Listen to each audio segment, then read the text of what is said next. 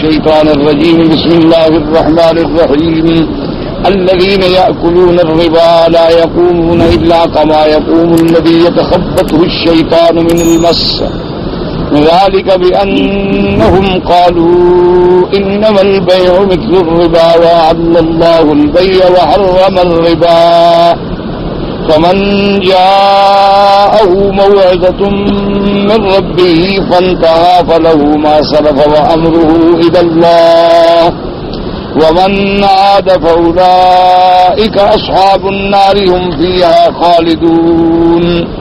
قال المؤلف والمفسر رحمه الله تعالى وقد قال ابن ماجه حدثنا عمرو بن علي الصيرفي قال حدثنا ابن أبي عدي عن شعبة عن زبيد بن إبراهيم عن مسروق بن عبد الله وابن مسعود رضي الله تعالى عنه عن النبي صلى الله عليه وسلم قال الربا 73 بابا ورواه الحاكم في مستدركه من حديث عمرو بن علي الفلاس بإسناد مثله وزاد أيسرها أن ينكر الرجل أمه وإن عرض الربا عرض الرجل المسلم وقال صحيح على شرط الشيخين ولم يخرجاه. اب اس آیت مبارک میں حرمت ربا پر مفسر رحمت اللہ علیہ احادیث مبارکہ سے دلائل ذکر فرما رہے ہیں. ابن ماجہ نے اس سند کے ساتھ حضرت عبداللہ ابن مسعود رضی اللہ تعالی عنہ سے یہ روایت نقل کی ہے کہ حضور پاک صلی اللہ علیہ وسلم نے فرمایا کہ ربا کے 73 باب ہیں، یعنی باب ہیں. پھر ہر دروازے سے داخل ہونے والی کتنی چیزیں ہوں گی. تو ربا یعنی اتنی پھیلی ہوئی چیز ہے اور اتنا بری چیز ہے کہ اس کے اب کئی باب ہیں. 73 بابوں کا تو حضور صلی اللہ علیہ وسلم نے ذکر فرما دیا. اور اسی طرح یہ حدیث بھی آئی ہے اور اس میں یہ لفظ جو ہیں زیادہ ہیں کہ یعنی 73 باب بانا یعنی گناہوں کے اعتبار سے، اور سب سے کم درجے کا باب جو ہے اور کم درجے کا گناہ جو ہے وہ ایسے ہے جیسے اللہ نہ کرے کوئی آدمی اپنی ماں سے زنا کرے، یعنی جو کم سے کم درجہ ہے ربا کا. ایسرها آسان سے آسان درجہ جو ہے، یعنی ویسے تو بات یہ ہوتی ہے نا کہ حرام حرام ہے، لیکن پھر ہر حرام کے اندر بھی پھر اس کے یعنی یوں سمجھ لیں کہ مدارج یا ڈگریاں ہوتی ہیں کہ ایک آدمی اللہ نہ کرے زنا کرتا ہے، گناہ ہے، زنا حرام ہے. لیکن ایک آدمی زنا کر رہا ہے اپنے ہمسائے کی بیوی سے تو یہ اور زیادہ گناہ ہے کہ ہمسائے کی تو ہمارے ذمہ حفاظت تھی کہ ہم اس کی حفاظت کرتے، جان کی، مال کی، آبرو کی، عزت کا تحفظ کرتے، نہ کہ نعوذ باللہ ہم اس کی عزت کے دشمن بن جاتے، تو یہ اور زیادہ گناہ ہے. اچھا اسی طرح اللہ نہ کرے اگر کسی نے تجاوز کیا اور اپنی بیٹی یا بہن سے زنا کیا تو ہے تو وہ بھی زنا، لیکن وہ کتنا بڑا گناہ ہے. اسی طرح اللہ نہ کرے کسی نے اپنی ماں کے ساتھ ایسا فعل شنیع کیا ہے تو وہ بھی زنا. یہی وجہ ہے نا جیسے بعض لوگوں نے غلط فہمی کی بنا پر امام ابو حنیفہ رحمۃ اللہ علیہ کے ایک فتوے کو بڑا اچھالتے ہیں. اللہ ہدایت عطا فرمائے ہمیں بھی اور اعتراض کرنے والوں کو بھی کہ دیکھو جی امام ابو حنیفہ رحمۃ اللہ علیہ کی کتابوں میں لکھا ہوا ہے کہ من زنا بأمہ لا حد علیہ، کہ جس شخص نے اپنی ماں سے زنا کیا اس پہ حد نہیں. تو ان کا یہ حوالہ جو ہے نا جی کتابوں میں پھر اس کو بڑا اچھالتے ہیں. اللہ معاف کرے کہ دیکھو جی امام صاحب کا عجیب مذہب ہے کہ ماں کے ساتھ زنا کرو تو اس پر حد نہیں ہے. حالانکہ یہ اعتراض کرنے والوں کی جہالت ہے. سمجھیں بات کو، کیونکہ ایک عام عورت کے ساتھ زنا کرنا جو ہے اس کی تو حد ہے، لیکن جب معاملہ ماں کے ساتھ آ جائے وہ تو پھر قتل کیا جائے گا، وہ حد نہیں رہے گی 100 بیت مارنے والی. معنی یہ ہوتا ہے، یہ معنی نہیں اس کا کہ نعوذ باللہ اس پہ حد نہیں. یعنی مقصد ہے اللہ معاف کرے اپنی ماں سے زنا کرتے رہو، صرف غیر سے زنا نہ کرو. یعنی یہ بات تو کچھ جاہل سے جاہل بھی نہیں کہہ سکتا، چاہے کہ اتنا بڑا امام، اتنا بڑا فقیہ جو ہے ایسی بات کہے. تو اس کا معنی یہ ہے کہ بھی حد کیا ہے. ایک حد ہے کہ اگر کنوارا مرد ہے، کنواری عورت ہے، یعنی دونوں غیر شادی شدہ ہیں، اللہ نہ کرے انہوں نے زنا کیا، ان کی کیا حد ہے؟ الزانیۃ والزانی فاجلدوا کل واحد منہما 100 جلدہ. اللہ نے فرمایا ان کے لیے 100 کوڑا ہے. اچھا، اگر خدا نہ کرے، اللہ نہ کرے، دونوں شادی شدہ ہیں تو دونوں کے لیے رجم ہے. رجم کا معنی ہے کہ پتھر مار مار کے مار دینا. اچھا، اگر دو میں ایک شادی شدہ ہے اور ایک غیر شادی شدہ ہے تو جو شادی شدہ ہے اس میں رجم آئے گی، غیر شادی شدہ جو اس میں حد آئے گی. اچھا، اب اگر کسی نے اللہ نہ کرے ماں سے زنا کیا تو وہ یہ سمجھ لے کہ بھی چونکہ غیر شادی شدہ ہے لیا تھا اس کو بھی 100 کوڑے مار کے چھوڑ دو. تو امام صاحب کا کہنا یہ ہے کہ اس پہ حد نہیں. ایسا بدبخت تو زندیق ہو جاتا ہے، ایسے بدبخت کو تو قتل کیا جائے گا. وہ حد زنا اس میں نہیں ہوگی بلکہ اس سے بھی اور زیادہ سزا جو ہے اس کے لیے مرتب ہوگی. یہ معنی ہوتا ہے. اور معترض جو ہے وہ فقط ایک لفظ پڑھ لیتے ہیں. تو اب حضور پاک صلی اللہ علیہ وسلم نے فرمایا کہ جیسے آپ نے فرمایا نا جی، آگ جو ہے، آگ جو دنیا میں ہم جلاتے ہیں، اللہ نے جب آگ پیدا کی تو مثلا اس کی شدت حرارت تھی 100 ڈگری، تو 99 ڈگری تو اس کی ابھی محفوظ ہے جہنم میں. صرف ایک جز جو ہے وہ دنیا میں آیا ہے جس سے یہ ساری آگ روشن ہے اور اس کی شدت ہے، صرف ایک جز. تو اب جب جہنم میں پوری 100 ڈگری کی ہیٹ پہ آ جائے گی تو پھر اس کی شدت کیا ہوگی. تو اسی طرح حضور نے فرمایا کہ ربا جو ہے یوں سمجھ لو کہ اس کے 73 دروازے ہیں سزا کے، اور کم سے کم جو ہے وہ یہ ہے کہ نعوذ باللہ کسی شخص نے جیسے اپنی ماں کے ساتھ ایسا گناہ کیا ہو. اللہ تبارک و تعالی ہر مسلمان کو سود سے، ربا سے اور اس کے جمیع اقسام سے اپنی رحمت سے حفاظت فرمائیں، اپنی پناہ میں لے لیں. اور یاد رکھیں اگر آدمی نیت کر لے نا جی تو اللہ تبارک و تعالی ان کو بچا لیتے ہیں. میرے اپنے بڑے قریبی دوست ہیں، وہ شیخ برادری سے تعلق رکھتے ہیں، میرے ان سے بڑے اچھے تعلقات الحمدللہ، اور ایسے بھی اللہ ان کو جزائے خیر دے. ان کا بھی دین اور مدارس اور مساجد سے بڑا شغف ہے. انہوں نے ایک واقعہ سنایا کہ ایک جو ہے نا جی، ایک شخص نے ایک چینی کا جہاز خریدا، یعنی چینی خریدی پورا ایک جہاز. اب جناب یہ ہے کہ وہ جہاز ابھی راستے میں تھا کہ چینی میں آگ لگ گئی. اس کو بجھایا گیا لیکن لازمی بات ہے کہ نقصان ہوا. پھر جب وہ جہاز بندرگاہ پہ آ گیا، چینی کو اتار کے سٹور کر دیا گیا، پھر سٹور میں آگ لگ گئی. پھر اس کو بجھایا گیا. اب آپ خود اندازہ فرما سکتے ہیں کہ بھی چینی میں آگ لگ جائے، بجھائیں گے کس سے؟ فوم سے یا پانی سے؟ تو جب پانی ماریں گے اس کے لیے آگ بھی موت اور پانی بھی موت. تو کتنا بڑا نقصان ہو گیا. لیکن وہ شخص جو ہیں ماشاءاللہ اللہ کے ساتھ ایمان رکھنے والے ہیں اور سود سے بچنے والے ہیں، اس لیے انہوں نے یہ سارا معاملہ خرید و فروخت جو ہے وہ بھی نقد پہ کیا تھا تاکہ بھئی کہیں سود نہ بن جائے، اور اس لیے سارا کاروبار نقد پہ تھا. اچھا، وہ انشور بھی نہیں کرایا انہوں نے کہا بھی چونکہ انشورنس میں بھی علماء کا اختلاف ہے تو لہذا میں اپنا مال انشور بھی کبھی نہیں کرایا انہوں نے زندگی میں. خیر، جب یہ 2 حادثے ہو گئے تو یہ اتنے بڑے حادثے تھے، اللہ معاف کرے، ایک تاجر آدمی کے لیے تو یعنی موت کے برابر ہوتے ہیں. اب ان کے بچوں نے، نوجوان لڑکے تھے، ان سے کچھ لوگوں نے رابطہ کیا انشورنس والوں نے کہ بھئی ہم آپ کی انشور کر دیتے ہیں سابقہ تاریخوں میں، لیکن آپ ہمیں اتنے پیسے دے دیں تو آپ کروڑوں کے نقصان سے بچ جائیں گے. ہمیں تو لاکھوں دینے پڑیں گے نا، لیکن آپ کی ادائیگی ہو جائے گی انشورنس سے اور آپ کروڑوں کے گھاٹے سے بچ جائیں گے. نوجوان بچوں کے پاؤں ذرا ڈگمگا گئے.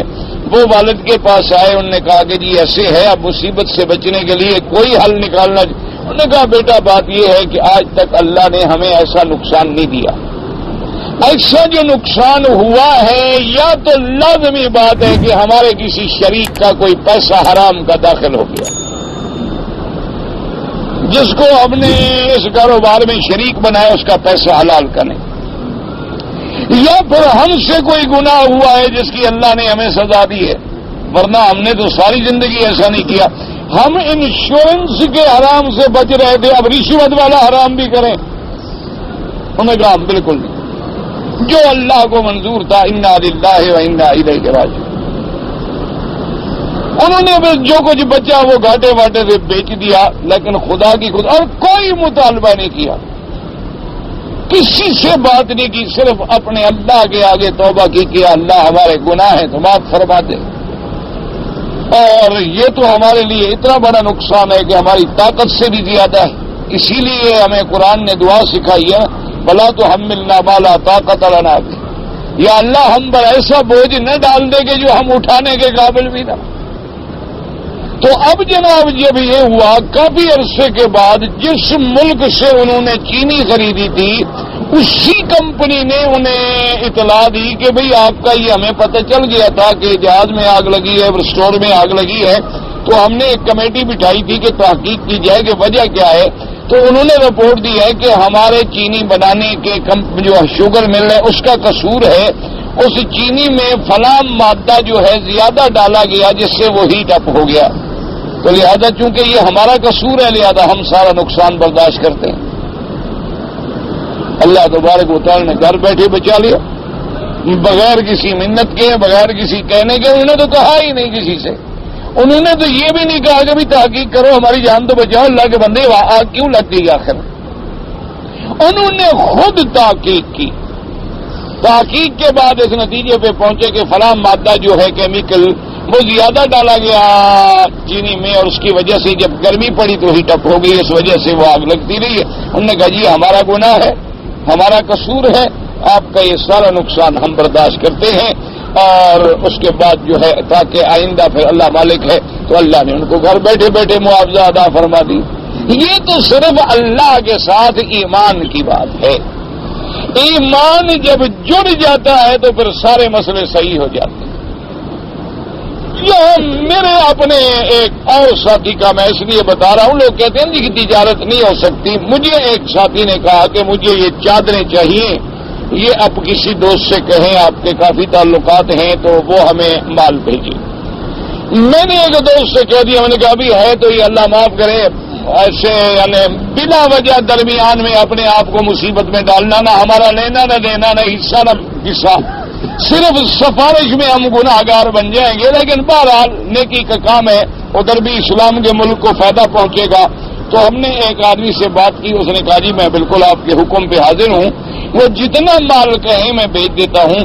لیکن ہم نے کہا جی آپ بتائیں وہ ایل سی وغیرہ کون؟ کہا جی نہیں، اس میں سود وود کا چکر بن جائے گا وہ، اور یہ کام ہم نہیں کرتے کیونکہ جتنے دن کاغذ رکے رہیں گے اس کا پھر معاوضہ دینا پڑتا ہے اور ہم اس معاوضے کے لین دین کو بھی حرام سمجھتے ہیں. آپ اپنے دوست سے کہہ دیں ہم سیمپل بھیج رہے ہیں، وہ ہمیں آرڈر کر دیں، ہم جیسا بھی کریں گے. آپ کا دوست پیسے نہیں دے سکتا نہ دے، ہم کسی اور دوست سے نقد پیمنٹ منگوا لیں گے، وہ بعد میں ہمیں ادا کرتا رہے، لیکن ہم کاغذ بینک کی معرفت نہیں بھیجیں گے کیونکہ اس میں سود بن جانے کا خطرہ ہے اور ہم سودی کاروبار نہیں کرتے. جو بچنے والے ہیں وہ اس طرح بھی بچ رہے ہیں اور ان کے کروڑوں اربوں کے کاروبار ہیں. اللہ تبارک و تعالیٰ کی مہربانی سے یہ نہیں کہ کام نہیں ہو سکتا، کام ہو سکتا ہے اور سب سے زیادہ بہتر ہو سکتا ہے. اور جو لوگ کہتے ہیں نا کہ کافر ملکوں سے بھی ہم کیسے ڈیل کریں گے، تو آپ کے معلومات میں یہ آنا چاہیے اب کافر ملکوں میں بھی مجھے حضرت محترم محمد تقی عثمانی مدد اللہ ہمارے بھائی ہیں ماشاءاللہ، اور بہت بڑے عالم ہیں، بہت بڑے فاضل ہیں، اب تو جسٹس بھی ہیں ماشاءاللہ. اور اس کے ساتھ یہ ہے کہ علوم جدید قدیم پہ ان کی بڑی نظر ہے اور اقتصادیات پہ بھی ان کی بڑی نظر ہے. وہ ارشاد فرما رہے تھے کہ اب تو تقریباً کوئی 70 کے قریب بینک ہیں پوری دنیا میں جو بغیر سود کے کاروبار کر رہے ہیں، سودی کاروبار نہیں کرتے. بغیر سود کے، وہ کیسے چل رہے ہیں؟ انہوں نے کہا کہ اب تو الحمدللہ یہ یعنی اسلام کی بات لوگوں کو سمجھ آ گئی ہے، اور جن لوگوں کے دماغ میں یہ بات آ گئی ہے وہ اب حیران ہے کہ بھی اتنا صاف ستھرا بزنس، اتنا صاف ستھرا فائدہ اور اتنا زیادہ نفع کہ وہ تصور بھی نہیں کر سکتے تھے۔ تو وہ فرما رہے تھے کہ اب اتنے بینک ہیں جنہوں نے ابتدا کی ہے، تو 2-3 سال میں وہ کہہ رہے تھے کہ وہ تقریباً پورا کام جو ہے وہ شروع کر دیں گے۔ تو ابھی انہوں نے یعنی اپنے آپ کو اس نظریے کو ایکسپٹ کر لیا ہے، فیصلہ کر لیا ہے کہ یہ اسلام کا نظریہ ٹھیک ہے اور اسی کے مطابق ہمیں کام کرنا چاہیے اور ہمیں چلنا چاہیے، اس میں فائدہ ہی فائدہ ہے۔ تو یہ بہت دھوکے ہوتے ہیں کہ جی سود کا کام نہیں ہوگا، بینکنگ نہیں ہوگی۔ کیوں نہیں ہوگی بینکنگ ہوگی، سارے کاروبار ہوں گے، فرق صرف اتنا پڑ جائے گا کہ نظام مشارکت پہ آ جائیں گے یا نظام مزاربت پہ آ جائیں گے یا نظام مرابحت پہ آ جائیں گے۔ یعنی اگر بڑا کام ہے اس میں 200 آدمی شریک ہو جائے گا، 200 آدمی کا پیسہ لگ جائے گا، کوئی سود کا مسئلہ نہیں۔ ایک آدمی نہیں کر سکتا، 200 آدمی مل کے کر لیتے ہیں، 500 آدمی مل کے کر لیتے ہیں، 1000 آدمی مل کے کر لیتا ہے۔ اب 1000 آدمی اگر 1,000 ریال جمع کرے تو کتنے پیسے بن جائیں گے؟ تو اس سے کاروبار ہو جاتا ہے۔ اچھا پھر یہ ہوتا ہے کہ جو کاروبار سمجھنے والے لوگ ہیں، اسلام کا سب سے پہلا حکم یہ ہے کہ 2 چیزوں کا خیال رکھو، اور ان 2 چیزوں کا خیال رکھو۔ میں اپنے تاجر دوستوں کو بھی مشورہ دیتا رہتا ہوں کہ حضرت عمر رضی اللہ تعالی عنہ جیسا عبقری اس دور میں پھر پیدا نہیں ہوا۔ وہ فرماتے تھے کہ جب نوکری کسی کو دینی ہو، ملازمت دینی ہو، آپ نے مل لگایا ہے، انڈسٹری لگائی ہے، دکان ہے، کاروبار ہے، کچھ ہے، اب آپ نے ملازم بھرتی کرنا ہے۔ اب ہمارے یہاں کیا مشکل ہے، ہم سب سے پہلے ڈگریاں دیکھتے ہیں کہ جی آپ کی تعلیم کیا ہے۔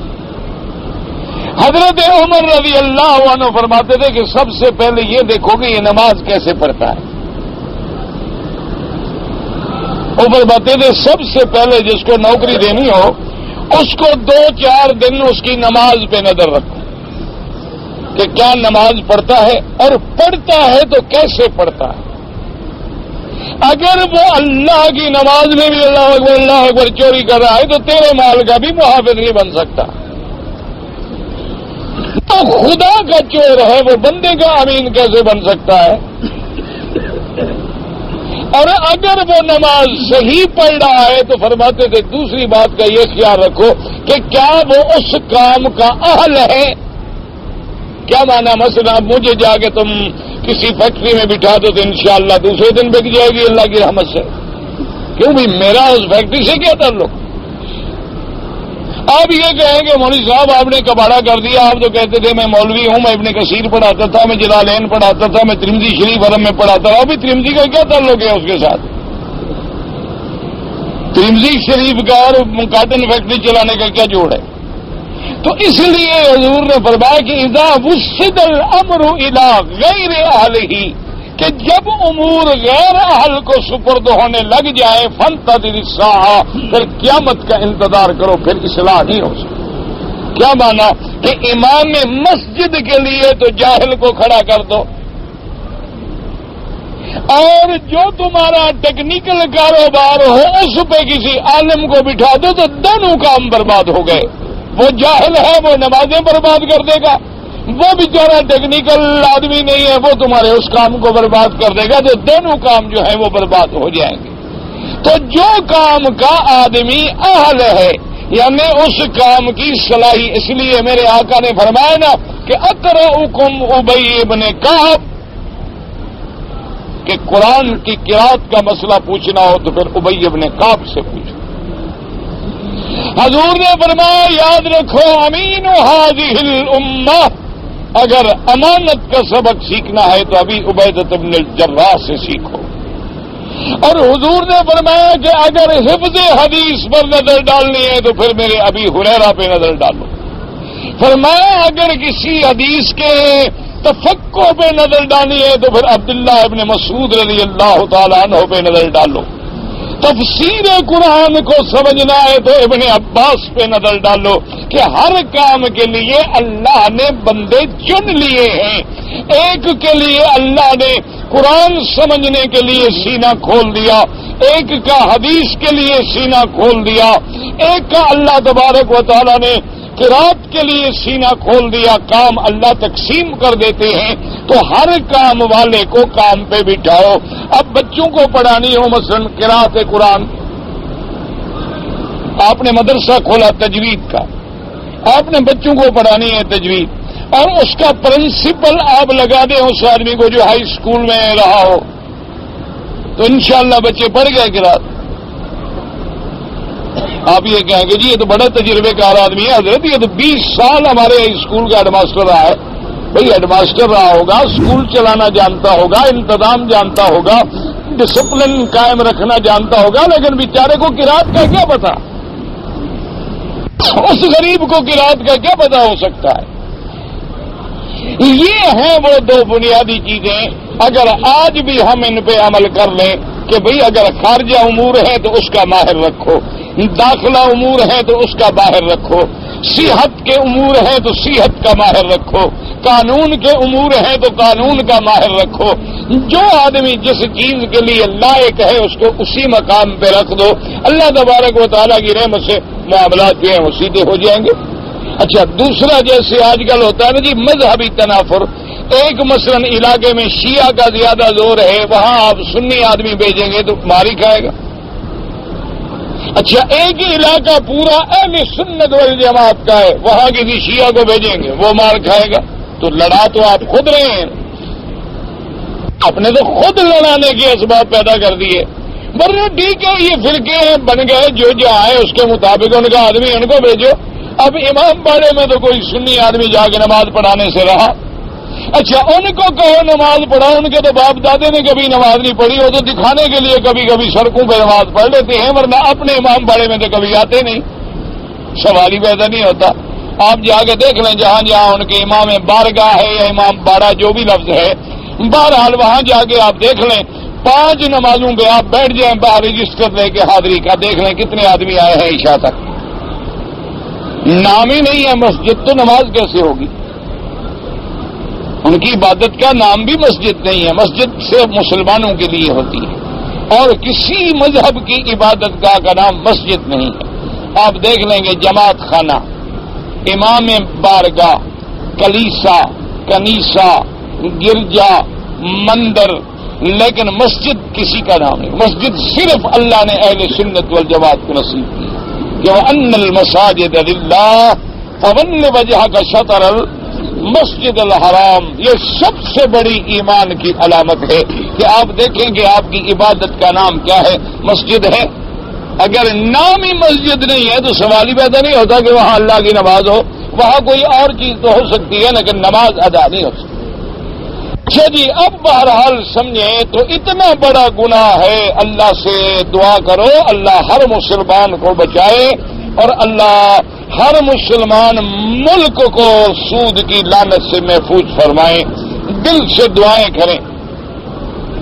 اب جناب فرماتے ہیں وقال ابن ماجہ حدثنا عبداللہ بن سیرین قال حدثنا عبداللہ بن نبی ماشن سعید بن بکری نبی ہریرہ رضی اللہ تعالی عنہ قال قال رسول اللہ صلی اللہ علیہ وسلم الربا 70 جزءا 70 حصہ ایسر ہوا ان ينكح الرجل امه. کم سے کم گناہ یہ ہے جیسے کوئی آدمی اپنی ماں سے زنا کرے. وقال الامام احمد حدثنا شیبان عباد راشد عن سعید بن خیرات حدثنا حسن منذ نحو من 40 و 50 سنة النبي رضي الله تعالى عنه أن رسول الله صلى الله عليه وسلم قال يأتي على الناس زمان يأكلون فيه الربا. قال قيل الناس كلهم قال من لم يأكله منهم ناله من غباره. وكذا رواه أبو داود والنسائي من غير وجه عن سعيد بن أبي خيرة به ومن هذا الكبير تاريخ الوصال موجود المحرمات الحديث الذي رواه الإمام أحمد. اب جناب فرماتے ہیں کہ حضرت ابی ہریرہ رضی اللہ تعالی عنہ سے روایت ہے کہ حضور پاک نے فرمایا کہ یاتی علی الناس زمان، لوگوں پہ ایک وقت ایسا آئے گا کہ لوگ جو ہیں ربا کھائیں گے. صحابی نے پوچھا کہ یا رسول اللہ الناس کلہم، سب کے سب لوگ ربا کھائیں گے؟ آپ نے فرمایا کہ سب کے سب تو نہیں کھائیں گے، لیکن جو ربا نہیں کھائے گا کم از کم اس کے دماغ میں، ناک میں ربا کا دھواں تو ضرور پہنچ جائے گا. یعنی اگر وہ ربا سے بچنے والا بھی ہوگا تو اتنا تو ہوگا کہ دھواں تو اس کو بھی پہنچ جائے، یعنی تھوڑا بہت تو اس کے حصے میں بھی آ جائے گا. میں تو ہمیشہ ہر سال ہر درس میں الحمدللہ کہتا رہتا ہوں، بس ہمارے ذمہ ہے بھی کہنا، اس سے زیادہ تو نہ ہماری کوئی سنتا ہے، نہ ہماری کوئی آواز ہے، نہ ہماری کوئی طاقت ہے. کہتا میں اس لیے رہتا ہوں کہ شاید آپ لوگوں میں اللہ کسی کو توفیق دے دے، اللہ کسی کو توفیق دے دے اور وہ کوشش کرے. آج کل تو حضرت سب سے پہلا مسئلہ جو ہے نا جی مشکل، وہ یہ ہے کہ سب سے بڑی اہم عبادت ہے حج. اور تقریباً میرے معلومات میں یہ ہے کہ مثلا اکتوبر میں حاجی کے پیسے داخل ہو گئے. ٹھیک ہے جی. اب اکتوبر، نومبر، دسمبر، جنوری، فروری، مارچ، اپریل، پتہ نہیں حج مئی جون میں کہیں آئے گا.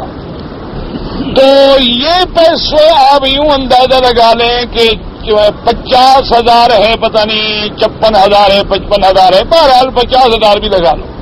چلو 50,000 روپے فی آدمی، 1,00,000 آدمی اگر ہو تو کتنی پیسہ بن جائے گا؟ یہ 8 مہینے کے لیے بینکوں میں رہے گا اور اس پہ سود آئے گا. سیدھی سی بات. اب یہ سود جو آئے گا تو وہ کہاں خرچ ہوگا؟ حاجی صاحب پہ. حج قبول. ٹھنڈے دل سے سوچیں، ناراض نہ ہوں. یہ کسی ایک پارٹی پر اعتراض نہیں، یہی ہو رہا ہے ابتدا سے لے کر آج تک. جو بھی آیا ہے کرسی پہ، کوئی آئے، کسی ذات سے جھگڑا نہیں. الحمدللہ، اللہ معاف کرے، ہمارا کسی سے کیا جھگڑا ہو سکتا ہے؟ مجھے ٹھنڈے دل سے سمجھائیں کہ ہم نے 8 مہینے کے لیے اپنے پیسے سودی ادارے کو دیے. اچھا، ہم نے سود نہیں لیا تو ہمارے پیسے سے اس کی مدد ہوئی سودی ادارے کی یا نہ ہوئی؟ تو کیا گناہ میں مدد کرنا جائز ہے؟ ٹھنڈے دل سے ذرا اس مسئلے کو سوچیں، اور اگر اللہ آپ کو توفیق دے کہیں لکھ سکتے ہوں تو لکھیں. اللہ کی رضا کے لیے، کسی پر اعتراض کے لیے نہیں. اعتراض تو وہ کرے نا بابا جن کا آپس میں کرسی کے جھگڑے ہوں. ہم فقیروں کا ہم تو بیٹھتے ہی نیچے ہیں، کرسی سے اللہ نے محفوظ رکھا ہوا ہے. ہمیں کسی سے کیا جھگڑا؟ ٹھنڈے دل سے سوچیں کہ بھئی 1,00,000 آدمی ضرب 50,000 کتنی پیسے بن جائیں گے؟ حساب آپ خود کر لیں. 8 مہینے کے لیے آپ نے بینک میں رکھ دیے. اب بینک نے جو سود لیا آپ کو چلو نہیں دیا، لیکن آپ کے پیسے سے سود کمایا. تعاونوا فی البر والتقوی ولا تعاونوا علی الاثم والعدوان. اللہ نے فرمایا نیکی میں مدد کرو، کسی کی گناہ کے کام میں مدد نہ کرو. تو ہم نے یہ گناہ کے کام میں مدد کی ہے یا نہیں کی؟ نمبر 1. نمبر 2، میرے جو معلومات ہیں وہ یہ ہیں کہ وہی پیسے سود کے ہم سے لیے جاتے ہیں، اس سے پھر حجاج کرام کے رفائی کام جو ہوتے ہیں جی، کوئی دوائیں ہیں، کوئی فلاں ہے، کوئی گاڑی ہے، کوئی فلاں چیز ہے، کوئی فلاں چیز ہے، وہ خریدی جاتی ہے. تو جب وہ حرام والی چیزیں حاجی کے پیٹ میں جائیں گی تو حج تو انشاءاللہ قبول ہو گیا. دل سے بالکل بغیر کسی جھگڑے کے اس مسئلے پہ غور کریں. باقی رہ گیا جی کیا کریں گی، کیا کریں، کیا کریں گی، کیا بات ہے؟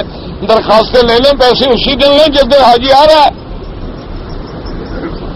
اچھا جی، پہلے ہم ضروریات کہاں سے پوری کریں؟ باقی بھی تو ضروریات دنیا کی پوری کرتے ہو نا، یہ بھی کر لو. باقی دنیا کے کام جو چل رہے ہیں وہ بھی تو اوور ڈرافٹنگ کر لیتے ہو. صرف حج کے لیے اوور ڈرافٹنگ کیوں پھانسی لگتی ہے؟ یہ بہانہ بنانا کہ جی ہم نے مکان لینے ہیں، پیسے نہیں ہوں گے تو مکان کیسے لیں گے؟ اپنے خزانے سے دے دو، جب آئے کاٹ لو، بات ختم ہو گئی. یہ تو نہیں کہ حاجیوں کا حج مخدوش ہو جائے. 50 سال کے بعد روتے روتے حاجی کو حج کا نمبر ملے اور وہ بھی مخدوش ہو جائے بیچارہ. اچھا اب نمبر 2 آ گیا جی. میں کل ہی پڑھ رہا تھا اخبار میں ماشاءاللہ بڑے بڑے اشتہار، لاکھوں کے تو اشتہار ہیں. چوتھے صفحے کا اگر اشتہار دیا جائے نا میرے اندازے میں 1 لاکھ سے اوپر پیسے لگتے ہوں گے. اچھا یہ لاکھوں کا اشتہار دے رہے ہیں کہ جی آپ ہمارے بینک میں پیسے داخل کریں حج کے، ہم آپ کی بڑی خدمت کریں گے، اور آپ کے لیے ہم نے تحفے بھی تیار کر کے رکھے ہوئے ہیں. وہ آپ کے لیے ایک بوتل رکھیں گے جس میں آپ نے زمزم پینا ہے. ماشاءاللہ بوتل دیں گے. حاجی بڑے خوشی سے لٹکا کے پھرتا ہے. اللہ اکبر لبیک اللہم. اور گلے میں کیا ہے؟ بینک کی لعنت. اشتہار بنا ہوا ہے سودی ادارے کا. اس حرام کے ڈبے میں زمزم پیتا ہے، کیا شفا ملے گی؟ نہ اس نے اپنے پیسوں سے خرید کر کے تمہیں دی ہے بوتل. پاگل ہو گیا وہ، دماغ خراب ہو گیا. اسے بنیے کا کہ اپنا پیسہ لگا کے تمہیں بوتلیں دے، اپنا پیسہ لگا کے تمہارے گلے میں تھیلے ڈالے. پاگل ہو گیا وہ. بھائی ایک بوتل چلو 20 روپے کی ہوگی، 20 روپے کی اب اس نے دینی ہو 10,000 آدمی کو. دماغ خراب ہو گیا اس کا. وہ وہی لگا دیا کہ مکے میں جاؤ تو میرا اعلان کرو، مینا میں جاؤ تو میرا اعلان کرو، عرفات میں جاؤ تو میرا اعلان کرو، مدینے میں حضور کے روضے پہ کھڑے ہو تب بھی میرا اعلان کرو کہ ہاں اللہ میں یہ سود والا اشتہار گلے میں لگا کے تیرے دربار میں آیا. اللہ کے غضب سے ڈرو. اگر تمہاری کوئی آواز سنتا ہے تو لکھو. ہم مولویوں کو تو کوئی سنتا نہیں. ہمارے لیے تو چونکہ انگریز نے سابقہ صدی میں ایک سبق پڑھایا تھا ان لوگوں کو اور اسی پر وہ آج تک چلتے ہیں. اس نے اپنے سیکریٹ رپورٹوں میں لکھا تھا کہ مولوی جب آئے اس کو بڑا پروٹوکول دو، کھڑے ہو کے ملو، اس کو گاڑی پہ چھوڑاؤ، کار میں بٹھاؤ، کار کا دروازہ کھولو اور حضرت صاحب. لیکن کام ان کا کبھی نہیں کرنا. یہ باقاعدہ اس نے رپورٹ میں ان کو سبق پڑھایا ہوا ہے اور یہی کچھ ہمارے ساتھ افسران کرتے ہیں آج تک. ماشاءاللہ جب ہم جائیں نا جی تو استقبال ہمارے بڑے کرتے ہیں. ماشاءاللہ کھڑے ہو کے حضرت آ گئے، حضرت آ گئے، حضرت آ گئے، حضرت آ گئے. اور اگر کوئی کام کہتے کہتے جی ڈپٹی کی بات ہے، نوکری کی بات ہے، مجبوری ہے، اوپر سے ذرا پوچھنا پڑے گا. میں پھر آپ کو بتا دوں گا کہ ہو سکتا ہے یا نہیں ہو سکتا. کام کا خلاصہ آخر میں یہی نکلے گا کہ ان کو پتا ہے کہ مولوی کے کام میں کیا ملے گا. یہ مفت والا کام ہے. مفت والا کام اس دور میں کون کرتا ہے؟ تو بہرحال یعنی اب دیکھو حاجی حرام کھانا نہیں چاہتا، میرا ایمان ہے اور یہ بھی میرا ایمان ہے کہ ہم جتنے گر گئے، جتنے گندے ہو گئے، لیکن آج بھی پاکستان کا حاجی دوسرے حاجیوں سے زیادہ بہتر ہے. وہ ہر نماز حرم میں پڑھتا ہے، بوڑھا ہے، عورت ہے، مرد ہے. میں کہتا ہوں ایمان سے ہمارا حاجی سونے کا حاجی ہے. لیکن اگر ہم اس کو خود غلط کریں تو اس کا کیا قصور ہے؟ ہمارا بندہ غلط نہیں ہے. ہمارے لوگوں میں اب بھی اتنا ایمان ہے کہ ختم نبوت پر نوجوان بچے کلین شیو داڑیاں منڈانے والے اذان ہو رہی تھی مسجد میں، اللہ اکبر کہا اور ظالم نے گولی ماری. دوسرا نوجوان چڑھ گیا، اس نے کہا اللہ اکبر اللہ اکبر، اس کو بھی گولی لگی. 7 نوجوان محمد کی اذان پہ شہید ہو گئے. اذان مکمل کر دی. یہ جذبہ اب بھی ہم میں ہے، ہمارے آدمی میں اب بھی ایمان ہے، اسلام ہے. صرف ذرا وہ جو آگ ہے نا اس میں کبھی مٹی آ جاتی ہے، کبھی راکھ آ جاتی ہے، کبھی اس کے اوپر گرد و غبار آ جاتا ہے. لیکن جب بھی ہوا دو محمد کے دین کے نام پہ پکارو، سب سے زیادہ مخلص ہمارا نوجوان ہے. الحمدللہ ثم الحمدللہ، اللہ کا شکر ہے. لیکن اگر ہم اس کی پٹڑی ہی بدل ڈالیں تو گاڑی مکے کے بجائے گنگا چلی جائے گی. تو ٹرین میں بیٹھا ہے بیچارہ، ڈبہ بند ہے. اب ٹرین نے ڈرائیور نے بجائے مکے اور مدینے کے رخ گنگا جمنا کر دیا تو پھر ادھر ہی جائے گی. اس لیے خدا کے لیے اب حضور کی حدیث سچی ہو گئی کہ نہ ہو گئی؟ صحابی نے پوچھا یا رسول اللہ صلی اللہ علیہ وسلم، کیا ایسا زمانہ بھی آئے گا کہ سارے لوگ جو ہے سود کھائیں گے؟ فرمایا سارے نہ کھائیں لیکن دھواں ان کے ناک میں بھی پہنچ جائے گا. اب وہ دھواں حاجی کے ناک میں پہنچ گیا کہ نہیں پہنچ گیا؟ ایمان سے کہیں گھر میں بیٹھ کے ٹھنڈے دل سے ٹھنڈے دل سے سوچیں، ٹھنڈے دل سے غور کریں. اللہ تبارک و تعالیٰ آپ کو بھی مجھے بھی دین کے لیے، کسی پر اعتراض کے لیے نہیں، جو بھی کرے اللہ کی رضا کے لیے ان کو مشورہ دے کہ خدا کے بندو ایسی اگر کوئی چیزیں ہیں تو چلو کوئی تھوڑا بہت تعویل واویل کرو، کوئی بہانے شانے تو کرو حلال کرنے کے. اور مولوی بہت سارے موجود ہیں، انشاءاللہ حلال کر دیں گے آپ کو، کوئی نہ کوئی راستہ نکال دیں گے، آپ فکر نہ کریں. وہ ہمارے ہاں ایک مولوی صاحب تھے بیچارے، اس کو زکات دینی پڑ گئی، پیسے آ گئے نا. اب مولوی زکات کھا بھی نہیں سکتا تھا، تو اس نے سوچا کہ میں کیا کروں. اس نے یہ کیا جناب کہ زکات کے پیسے بنتے تھے مثلا 2000 ریال. 2000 ریال ایک گندم کی بوری منگوا کے کپڑے میں لپیٹ کے پلاسٹک میں اس کے گندم کے اندر رکھ دیے. اور ایک غریب آدمی آیا، اس کو بلایا، ادھر آؤ. مسکین آدمی آ گیا، کہنے لگے یہ گندم جو ہے نا یہ زکات کی ہے، لے جاؤ. یہ اس میں جو کچھ ہے سارا سب کچھ زکات کا ہے، لے جاؤ. اس نے کہا جی بڑی مہربانی، لیکن آخر یہ 2.5 من کی گندم میں سر پہ رکھ کے تو نہیں لے جا سکتا. آپ کا شکریہ، اللہ آپ کو جزائے خیر دے، آپ نے مجھے زکات میں دی ہے، میں واقعی غریب ہوں، مستحق ہوں، تو آپ رکھیں، میں جا کے کوئی انتظام کرتا ہوں. حضرت کوئی گدا شدہ لے آتا ہوں یا کوئی دو ساتھی لے آتا ہوں اٹھا کے. اب 2.5 من میں بوڑھا بندہ غریب آدمی کہاں لے جا سکتا ہوں. انہوں نے کہا یہ تمہاری مرضی، بس سب تمہارا ہے، سب تمہارا ہے، سب کچھ زکات کا ہے، اس کے اندر جو بھی ہے سب تمہارا ہے. اور یہ تم قبضے اچھا ایسا کرو، یہاں میرے کمرے سے نکال کے باہر رکھ دو، پھر تم جانو گدا جانے سواری جانے کچھ کرے، مجھ سے لے دو قبضہ. دیکھو کیسے حلال کر رہا ہے مولوی، کتنا سمجھدار. اس نے باقاعدہ جناب بوری کو پکڑا، مولوی صاحب کے کمرے سے گھسیٹا، باہر برآمدے میں رکھ دیا. جب جانے لگا کچھ تو کہنے لگا دو بابا گرو کہ یار اب تم جاؤ گے پھر 5 روپے کرایہ بھی خرچ کرو گے، تمہارا نقصان. آج کل گندم کا کیا بھا ہے بھلا؟ اس نے کہا جی 200 روپے من. تو کتنے کی بنی؟ انہوں نے کہا جی یہ 2.5 من ہے 500 کی. اور اچھا یار تم 500 کا بھی 550 لے لو، کیا اٹھاتے پھرو گے، یہ لو 5.5 بیچ دو، مجھے بیچ دو. اس نے بھی سوچا اچھی ہے، جان چھوٹ گئی، میرا گھر یہاں سے 6 میل دور ہے، میں گدا جا کے لے آؤں، پھر 6 میل کے لیے اب لے جاؤں. مولوی صاحب نے 650 میں بوری خریدی، اندر والا مال پھر گھر آ گیا نا. زکات ادا بھی ہو گئی، پھر مال بھی گھر میں واپس آ گیا. ماشاءاللہ. تو ایسے مولوی مل جائیں گے، فکر نہ کرو. ایسے لوگوں کی خدمات بھی حاصل کرو، چلو کوئی راستہ تو نکالو نا حلال کرنے کا. ایک بڑے حضرت سے کسی نے مسئلہ پوچھا، کتابوں میں لکھا ہوا ہے، کل کو کوئی یہ نہ کہے کہ میں اعتراض کر رہا ہوں، باقاعدہ ملفوظات میں یہ مسئلہ موجود ہے. اس نے مسئلہ پوچھا، اس نے کہا کہ جی یہ بعض طوائفیں جو ہیں وہ 11ویں شریف مناتی ہیں یا رجبی مناتی ہیں یا محرم میں کونڈے کرتی ہیں. طوائف تو آپ جانتے ہیں، سب جانتے ہیں، کون نہیں جانتا؟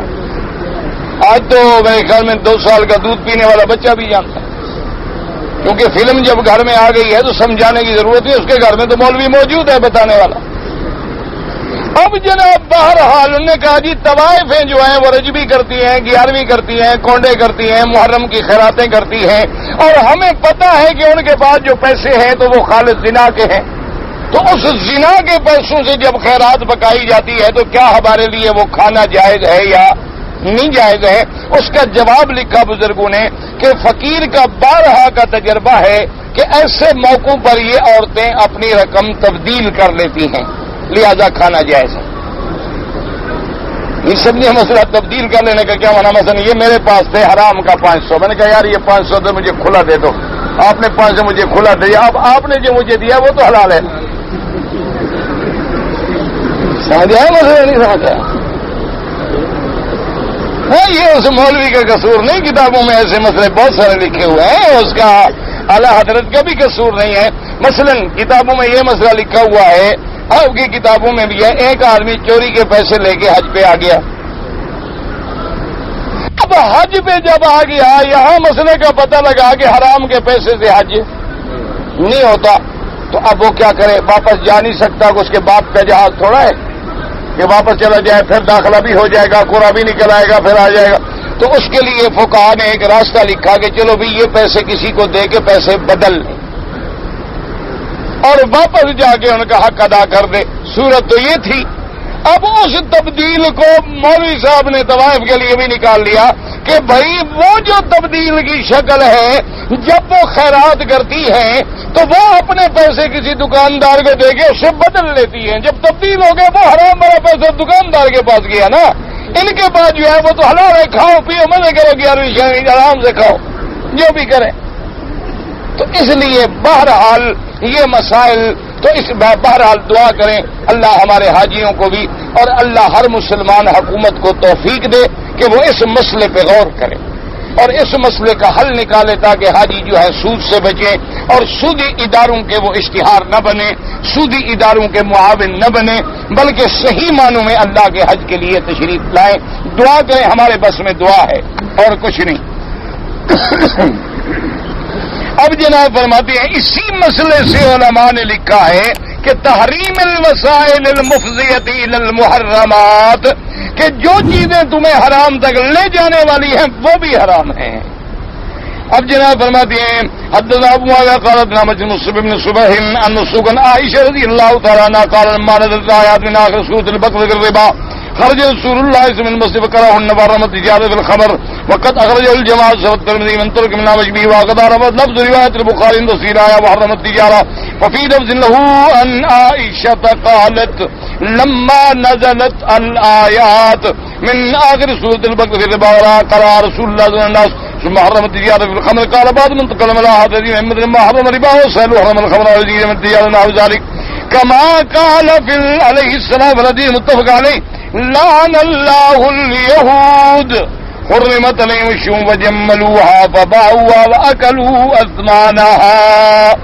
اب جناب بی بی عائشہ فرماتی ہیں کہ جب یہ آیات ربا سورۃ البقرہ کی قرآن میں نازل ہوئی تو میرے آقا نے باہر تشریف لے گئے, لوگوں پہ یہ قرآن کی آیتیں پڑھی اور بتلایا کہ سود حرام. اسی طرح آپ نے فرمایا کہ خمر حرام, شراب حرام اور شراب کی تجارت بھی حرام کیونکہ ثمن الحرام حرام. اسی طرح حضور پاک صلی اللہ علیہ وسلم کی وہ حدیث سے مبارک جو متفق علیہ یعنی جس کو امام بخاری امام مسلم رحمۃ اللہ علیہ دونوں نے اتفاق فرمایا صحت پر, آپ نے فرمایا لعن اللہ الیہود, اللہ یہودیوں پہ لعنت کرے کہ جب اللہ نے ان پر چربی کھانا حرام کر دیا تو انہوں نے کیا کیا کہ چربی نہیں کھاتے تھے لیکن چربی کو پگھلا کے اس کا گھی بنا کے بیچ کے پیسے لے کے پھر کھا جاتے تھے. یا اللہ تبارک و تعالیٰ رحمت فرمائے, یعنی وہ کہتے تھے کہ جی چربی حرام ہے نا, اب تو چربی ہے نہیں, اب تو گھی بن گیا اور گھی بھی ہم نے بیچ دیا, اب بیچ کے ہم پیسے لے آئے, ہم چربی تو نہیں کھا رہے. تو حضور نے فرمایا یہ بھی حرام, جو چیز حرام کو بیچ کے لی جائے گی وہ بھی حرام. ثمن الحرام حرام وقد تقدم في حديث ابي سهيل عند الله المحلل في تذكر التاتن كذوج غيره, جیسا کہ حضور نے فرمایا لعن اللہ المحلل والمحلل له, جیسے کہ کوئی آدمی اپنی بیوی کو 3 طلاق دے دیتا ہے, نعوذ باللہ, اللہ معاف کرے, اللہ ہر کسی کو بچائے, لیکن پھر وہ اگر شادی کرنا چاہے تو اسلام کہتا ہے کہ پہلے حلالہ کرائے. اب بعض لوگ کیا کرتے ہیں, کسی کے پاس آ جاتے ہیں کہ بھائی 1000 روپیہ بھی لے لو, میری بیوی کے ساتھ نکاح کر لو, ایک رات تمہاری بیوی صبح کو طلاق دے دینا. تو یہ لینے والے پر بھی لعنت, دینے والے پر بھی لعنت ہے, اور حلالہ کرنے والے پر بھی لعنت, کرانے والے پر بھی لعنت ہے. اسلام نے بندے کو کوئی سانڈ تو نہیں بنایا کہ کرائے پہ چلتا رہے. وہ تو مانا یہ ہے کہ عورت اپنے منشے سے دوسری جگہ شادی کرے, پھر اگر خدا نہ کرے وہ دوسرا شوہر بھی طلاق دے دے تو پھر عدت گزار کے پہلے خاوند کے گھر آ سکتی ہے.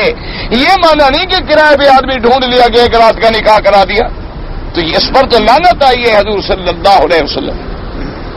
اس کے بعد فرمایا لعن اللہ واکل ربا موکل شاہدی وقاتبہ, حضور نے فرمایا کہ اللہ نے ربا کھانے والے پر بھی لعنت کی ہے, اس کا لینے والے پر بھی لعنت کی ہے, اور ربا کے معاملے میں جو گواہی دینے والے پر بھی لعنت ہے, اور ربا کے معاملات میں جو کتابت کرے, کاتب بنے, کلرک بنے, لکھنے والا بنے, اس پر بھی لعنت ہے. اس کے بعد فرمایا قالوا وباشد علیہ وقت باللہ ذات حدیث عقد شریف ویکون داخل فاصلا فالاعتبار بمعنى اولا بصورت الاعمال بالنیات. اب جناب فرماتی وما یشهد علیہ ویکتب الا اذا اظہر مفسر رحمت اللہ علیہ فرماتے ہیں کہ ہمارے پاس کوئی آدمی لے آیا کہ یہ کنٹریکٹ ہمارا لکھ دو، تو ہم تو ظاہر کو دیکھیں گے، اب باطن کا کیا پتہ ہے۔ اگر ہمیں پتہ لگ جائے گا کہ یہ ربا کا کاروبار ہے تو پھر لکھنے والے پر بھی لعنت آ جائے گی۔ اس کے بعد جناب فرماتی ہیں وَبِالسَّيِّئِ إِنَّ اللَّهَ لَا يَنظُرُ إِلَىٰ صُوَرِكُمْ وَلَا إِلَىٰ أَمْوَالِكُمْ وَإِنَّمَا يَنظُرُ إِلَىٰ قُلُوبِكُمْ وَأَعْمَالِكُمْ۔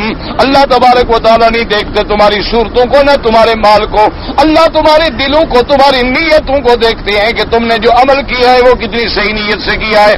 وقد صنف الامام العلامہ ابو العباس ابن تیمیہ رحمہ اللہ تعالی رحمۃ واسعۃ الی یوم القیامہ کتابا فی ابطال التحلیل ثم النهی عن تعطیل وسائل مفضیۃ اللہ کل باطل وقد کفى فی ذلک وشاء رحمہ اللہ ورضی عنہ۔ حضرت شیخ الاسلام ابن تیمیہ رحمہ اللہ تعالی نے اس فن کے اندر باقاعدہ کتاب لکھی ہے کہ بعض لوگ جو ہیں وہ کیسے تحلیل کو حلال کرتے ہیں، اور مفسر فرماتے ہیں انہوں نے اس کتاب میں ساری باتیں تفصیل سے لکھ دی ہیں، اور ماشاءاللہ بڑی جامع معنی کتاب ہے۔ اللہ پاک ان کو اس خدمت کا صلہ عطا فرمائے۔ واللہ تعالی عالم علمہ اعظم۔ اللہم صلی علی سیدنا محمد۔ ہمارے ملک میں بنگلہ دیش میں ایک رواج ہے کہ اگر کسی کو پیسوں کی ضرورت ہے تو وہ پیسے ایک آدمی سے قرض لیتا ہے، اور قرض دینے والا کہتا ہے کہ بھی میں قرض شرط پہ دوں گا کہ تمہارے پاس جو دھان کی فصل ہے وہ تم مجھے 50% پر دو گے۔ یہ حرام، نجائز۔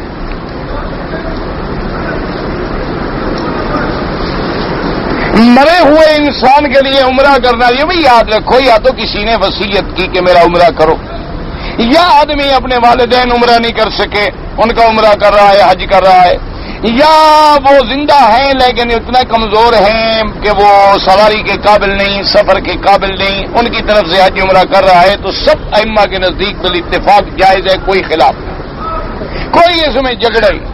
ایک یہ ہے کہ نہیں آدمی تو تندرست ہے، اس نے آپ کو کہا بھی نہیں ہے، آپ کے ذمے بھی نہیں لگایا، آپ بلا وجہ کرنا چاہتے ہیں تو پھر اپنے لیے کریں، اس کے لیے نہ کریں، اپنی نیت کر کے عمرہ کریں، اپنی نیت کر کے طواف کریں، جب کر لیں تو دعا کر لیں کہ اللہ ثواب اس کو دے دے، اللہ قادر ہے ثواب عطا فرما دیں گے، نفلی عبادت ہے آپ کی۔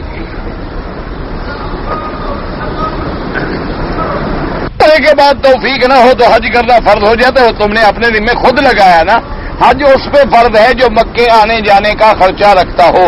جب تم عمرے پہ آ گئے تو آنے جانے کا خرچہ تو تم نے اپنے ذمہ ثابت کر دیا، تو حج تو تمہارے ذمہ خامخواہ فرض ہو گیا۔ ایک ہے کہ قانونی مجبوری ہے، ویزا نہیں ہے، چلے جاؤ۔ اللہ کے نظام میں بڑی پابندی ہے کہ جو وقت کا قانون ہے اس کی پابندی کرو، اس کو بھی نہ توڑو، کیونکہ قانون توڑنے سے پھر فساد ہوتا ہے۔ جو نظام ہے، قانون ہے، ویزا گزر گیا چل جاؤ، پھر اللہ دیں گے تو آ جانا، نہیں دیں گے تو نہ آئے۔ آپ نے اپنی کتاب میں ایک حضرت عبداللہ ابن مسعود سے ایک بات نقل کی ہے، ابھی ہر بات مجھے یاد تھوڑی ہے کہ میں نے کیا کتاب میں نقل کی ہے، کہ وہ ابن مسعود کا قول ہے یا حدیث ہے، اللہ عالم۔ جب تک وہ کتاب سامنے نہ ہو، سارا آدمی نہ پڑھے، اب کوئی ہر بات یاد رہتی ہے کہ کیا لکھا ہے ہم نے کتاب میں۔ مسئلہ قدر کا اور تقدیر کا ان پر ایمان رکھنا تفصیل سے سمجھیں، بس یہی تفصیل ہے کہ جو اللہ کی تقدیر ہے آمنا باللہ، بس، اور کیا سمجھنا ہے آپ؟ تم نے باقی دنیا کے سارے مسائل سمجھ لیے، یہی تقدیر والا مسئلہ رہ گیا، یا تو باقی مسائل سارے حل ہو گئے اور صرف بچ گیا تقدیر کا مسئلہ، تو وہ پھر مولوی بیچارہ بیٹھے اور تمہیں سمجھانے کی کوشش کرے، اور اگر 100 میں 99 تمہیں پہلے ہی نہیں آتے تو ایک اور بھی نہ صحیح، تم صرف ایمان رکھ لو کہ آمنا باللہ، جو اللہ کی تقدیر ہے، رضینا باللہ ربا وبالاسلام دینا وبمحمد نبیا، اللہم لا مانع لما آتیت ولا معطی لما منعت ولا راد لما قضیت ولا ينفع ذا الجد منک الجد۔ یا اللہ جو تو دیتا ہے اس کو کوئی روک نہیں سکتا، جو تو روکتا ہے کوئی دے نہیں سکتا، ہمارا تیری تقدیر پہ ایمان ہے، جو تو نے فیصلہ کیا وہ حق ہے، آمنا وصدقنا، بس تمہارے لیے اتنا کافی ہے، تفصیلات میں تم بلا وجہ نہ الجھو اور نہ خوض کرو، منع ہے۔ آئے گنجل عرش عہد نامہ درود لکی درود تاج، قرآن حدیث میں ان میں ایک بھی نہیں ہے، سب بات کے بنے ہوئے ہیں، نہ یہ صحابہ کے زمانے میں تھے، نہ حضور کے زمانے میں تھے، نہ حضور پاک نے فرمایا، نہ صحابہ نے فرمایا، نہ اہل بیت نے فرمایا، یہ تو صدیوں بعد علماء نے لکھے ہیں، لہذا ان میں دیکھنا پڑے گا، بعض میں الفاظ ایسے ہیں جو شریعت کے خلاف ہیں، لہذا ایسی چیزوں سے بچیں۔ مثلا جیسے بڑا مشہور درود ہے دافع البلاء والوباء والقحط والعلم، جو یہ عقیدہ رکھے کہ نبی دافع البلاء ہے وہ تو کافر ہو جاتا ہے۔ دافع البلاء والوباء والقحط والعلم تو اللہ کی ذات ہے۔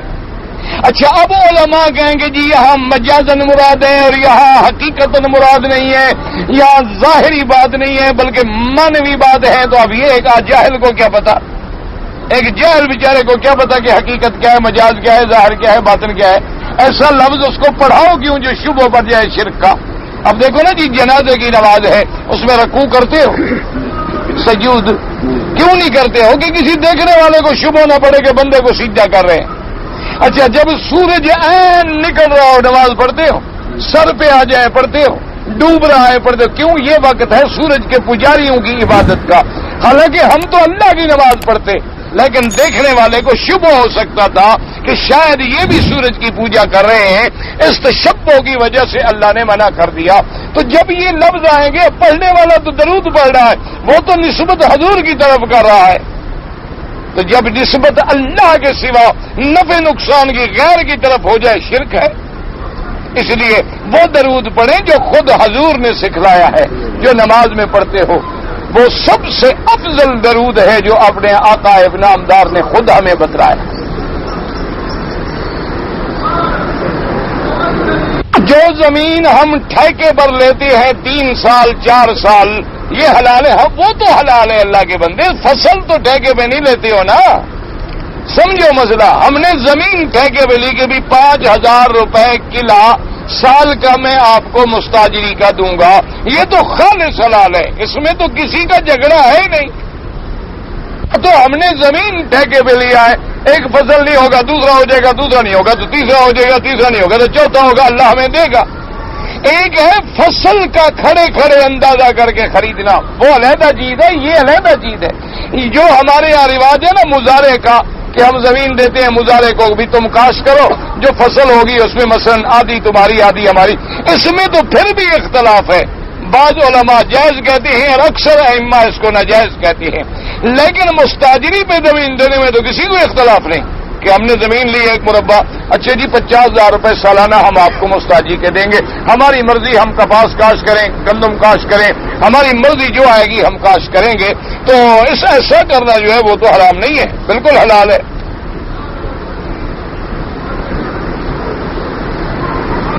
کام کیا؟ ایک آدمی کا میرے اس پر بچا ہے 50,000، وہ ہم کو دے رہا ہے مہینے کا 500۔ ایک آدمی ہے وہ کہا ہے کہ میں تم کو 45,000 دے رہا ہوں، مجھے نہیں سمجھ آیا کیا مانا۔ 50,000 جب تم نے لینا ہے تو مہینے کا 500 یعنی سود کا تمہیں 500 دیتا ہے یا قرضہ اصل میں 500 دے کے قرضہ اتار رہا ہے؟ وضاحت کریں، مجھے نہیں سمجھ آئی بات۔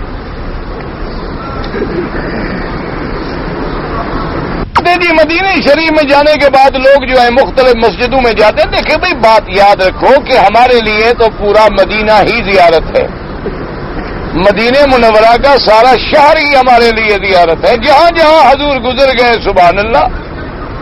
اور اگر وہاں کوئی جاتا ہے شہداء احد، مسجد قباء، جنت البقیع یا اور مقام پہ، کوئی منع نہیں، کوئی ایسی بات نہیں، لیکن بعض لوگوں نے فرض واجب بنا لیا ہے کہ حرم کی نماز چھوٹ جائے ہم نے 7 مسجدیں دیکھنی ہیں۔ ہمارے ہاں مولوی صاحب جو ہیں فطرانہ خود لیتے ہیں، اگر ان کو نہ دیں تو ناراض ہوتے ہیں۔ دیکھو بھائی بات یہ ہے کہ مولوی صاحب فطرانہ لیتے ہیں تاکہ مسجد میں، مدرسے میں، طلبہ میں خرچ کریں، پھر تو ٹھیک بات ہے، آگے پیچھے تو تم بھی نہیں دیتے ہو نا، وہ کیا کریں؟ ایک جو موقع ہے وہ بیچارہ مولوی بھی چھوڑ دے تو پھر مدرسہ کیسے چلے؟ اب مولوی کے مقدر میں بھی تو یہی رہ گیا ہے، یا چمڑے جانوروں کے، یا فطرانہ، یا کوئی مر جائے تو پرانے جوتے اور 3-4 پرانے جوڑے کپڑوں کے، یہ رہ گیا مولوی کا ٹھکانہ۔ جب اس نے اپنے علم کو بیچا تو اللہ نے کہا ذلیل ہو کے جوتے لیتے رہو، ختم ہو گئی بات۔ باقی یہ ہے کہ اگر وہ فطرانہ لے کے خود کھا جاتا ہے اور خود صاحب جائیداد ہے تو پھر جائز نہیں ہے، اس کو تو خود فطرانہ دینا چاہیے۔ اگر وہ مدرسہ ہے، بچے ہیں، لیتا ہے، ٹھیک بات ہے، کوئی ایسی بات اور پھر سپیکر بھی آواز دیتے ہیں کہ فلانے آدمی کا فطرانہ نہیں آیا، یہ ظلم ہے، یہ تو پھر ٹیکس جگہ ٹیکس ہوا، فطرانہ تو نہ ہوا۔ یہ تو مولوی صاحب ماشاءاللہ کو ٹھیک ٹھاک مولوی ہے، ویسے آپ کو سیدھا کرنے کے لیے ضرورت ایسے مولویوں کی ہے، تم بھی نہیں دیتے ہو نا۔ ایک دن ایک مولوی صاحب بیٹھے تھے تو اتنا بڑا پیالہ ماشاءاللہ بڑا کٹورا مکھن کا بھرا ہوا لڑکا لے کے آ گیا۔ مولوی صاحب نے دیکھا، خیر بڑے خوش ہوئے کہ بھائی آج تو ماشاءاللہ نہیں، مولوی صاحب کو شبہ ہوا کہ بھائی یہ لڑکا کبھی پہلے تو نہیں لے آیا، کبھی اتنی چٹکی بھر مکھن بھی نہیں لے آیا، لسی کا گلاس بھی کبھی نہیں پلایا، اور نے کہا بیٹا خیریت تو ہے، آج تم اتنا مکھن لے کے آؤ۔ نے کہا کتا منہ مار گیا تھا، امی نے کہا مولوی کو دے دو۔ فکر نہ کرو، تمہارے جنازے بھی وہ اسی طرح پڑھا رہے ہیں، جس طرح تم کھلا رہے ہو نا وہ بھی اسی طرح پڑھا رہے ہیں۔ اللہ کی رحمت سے پتہ قیامت میں چلے گا۔ ہم عمرے کے لیے دوسرے آدمی کا احرام استعمال کر سکتے ہیں اگر اس سے مانگ کے، چوری کر کے نہیں۔ اگر تم نے مانگ لیا ابھی تمہارے پاس احرام ہے مجھے دے دو میں بھی عمرہ کر رہا ہوں، ٹھیک ہے کوئی بات نہیں، کوئی منع نہیں۔ پاکستان میں جمعہ کی بعض مسجدوں میں نماز کے بعد صلاۃ السلام پڑھتے ہیں، بالکل بدعت ہے، قرآن و حدیث میں ثابت نہیں ہے۔ پاکستان میں جب کوئی فوت ہو جاتا ہے گھر والے 40 دن قبر پر، صبح سورج نکلنے کے ٹائم شام سورج قرآن پاک تو یہ بھی بدعت ہے خالص، بالکل کوئی ثواب نہیں۔ دو آدمی تھے لڑ رہے تھے، دھکا دیا مارا، مجھے نہیں پتا یہ کیا دھکا دیا، کیا مارا، کیا نہیں کیا۔ اب انسان کی روح نکالتے ہیں تو دوبارہ روح قبر میں حساب دینے کے لیے واپس بھیجی جاتی ہے، اور یہ ہمیں بتائیں مہربانی کر کے، جب انشاءاللہ قبر میں آپ بھی جائیں گے آپ کو بھی پتہ لگ جائے گا، میں بھی جاؤں گا پتہ لگ جائے گا، فکر نہ کرو، یہ اگلے عالم کی بات ہے، ڈھونڈنے کی ضرورت ہی نہیں ہمیں۔ یاد رکھو مومن کی روح علیین میں ہوتی ہے، کافر کی روح سجین میں ہوتی ہے، لیکن حساب کتاب کے لیے اللہ تعلق جوڑ دیتے ہیں، جیسے سورج اپنی جگہ ہے لیکن روشنی یہاں موجود ہے، اور اللہ کے لیے یہ کوئی مشکل بات نہیں ہوتی۔ کتنی بار پاؤں کے نیچے چیوٹیاں مر جاتی ہیں، کیا حساب دینا ہوگا؟ تم خود مارتے ہو یا اتفاقاً؟ اتفاقاً تو ہمارا کوئی گناہ نہیں، ساون ہمیں پتہ نہیں مر گئے، امدن ہم ماریں گے تو پھر ہاں اگر وہ کاٹے تو پھر بھی مارنا جائز ہے۔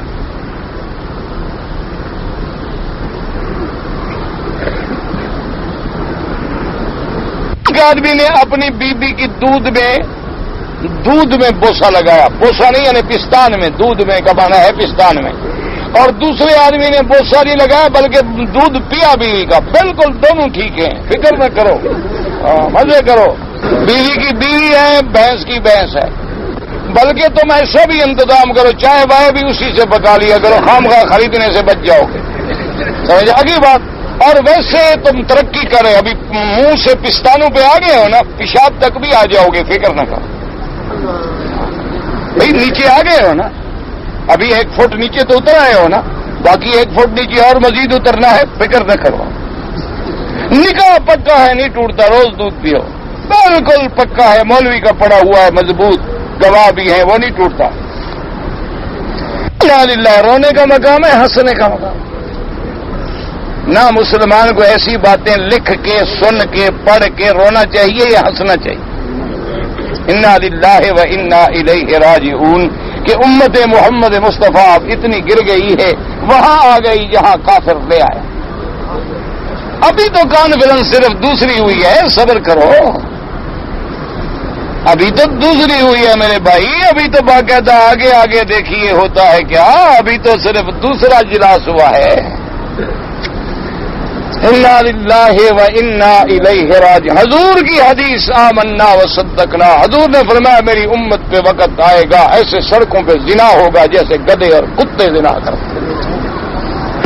ہمارا ایمان ہے وقت آ رہا ہے، آ گیا ہے، آ رہا ہے۔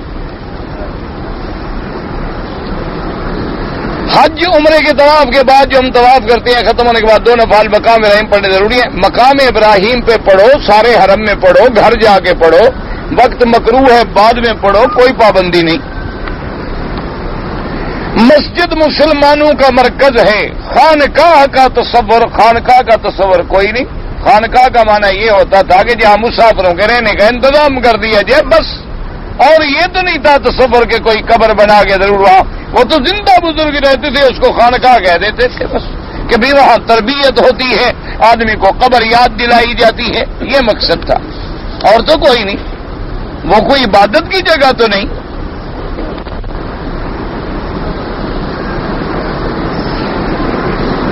میاں بیوی میں آپس میں کافی دنوں سے لڑائی جھگڑا چل رہا تھا، اسی دوران میں حج آ گیا تو بیوی نے میاں کے ساتھ اپنی فرض حج ادا کیا۔ اب کہنے لگے کہ میری اجازت کے بغیر تیری حج ادا نہیں ہوگی، تو اجازت کو سینگ ہوتے ہیں، حج تو کرواتا رہا ساتھ لے جا کر، اور اجازت کیا ہوتی ہے؟ اجازت کو سینگ ہوتی ہے کہ اسٹامپ لکھ کے دینا تھا شریف آدمی نے۔ بھئی جب بیوی تمہارے ساتھ حج کرتی رہی، عرفات گئے، مینا گئے، مزدلفہ گئے، حج کر لیا، مسئلہ پوچھ رہے ہو سال کے بعد، اب جھگڑا بھی یاد ہے، اس کا حج ہو گیا، فکر نہ کرو، خامند کے کہنے سے کوئی فرق نہیں پڑتا ہے۔ حج بیت اللہ ہم نے ادا کیا، دوران حج غلطی کوتاہی تو ہو گئی ہوگی، جس پر دم دینا ضروری تھا، ہمارے پاس اتنی رقم نہیں، غلطی ہو گئی ہوگی، خواب دیکھ رہے ہیں آپ، جب یاد ہی نہیں غلطی، خامخواہ بلا وجہ دم دینے کی ضرورت ہی نہیں۔ میں نے بینک میں استثمار کے کھاتے میں رقم رکھی ہے، بھئی اگر استثمار اسلامی ہے ٹھیک ہے، کوئی بات نہیں، بینک بھی نفع لے گا، تم بھی نفع لوگے، اگر وہ جو کام کر رہا ہے تمہارا بھائیوال ہے نا، تمہارا شریک ہے نا، وہ بھی تو نفع لے گا، یہ تو نہیں کہ وہ نفع نہ لے۔ اگر وہ استثمار ہے جیسے استثمار العالمی ہے، اسلامی ہے، ٹھیک ہے، بالکل ٹھیک ہے، اس میں کوئی حرج نہیں۔ ایک آدمی نے عمرہ کیا، بال اس طرح سے منڈوائے، ٹھیک ہے جی، اس کے دوسرے دن دوبارہ عمرہ کیا، اب چونکہ بال سر پہ نہیں تھے، احرام کھول دیا تو ایک دم پڑ گئی سیدھی، بال ہوں یا نہ ہوں اس طرح پھروانا پڑے گا۔ اچھا گنجا اگر عمرہ کرے وہ کیا کرے؟ اس کے تو بال ہوتے نہیں، تو حکم یہ ہے کہ اس طرح پھروائیں گے، بال ہوں یا نہ ہوں، اللہ کو بالوں کی ضرورت نہیں، اللہ تو یہ دیکھتے ہیں کہ بندے نے اپنی گردن پیش کر دی، بس ختم ہو گئی بات۔ میں اسلامی بینک ہیں باقاعدہ، نام تو مجھے پوری طرح نہیں آتے، سیدھی بات ہے، کیونکہ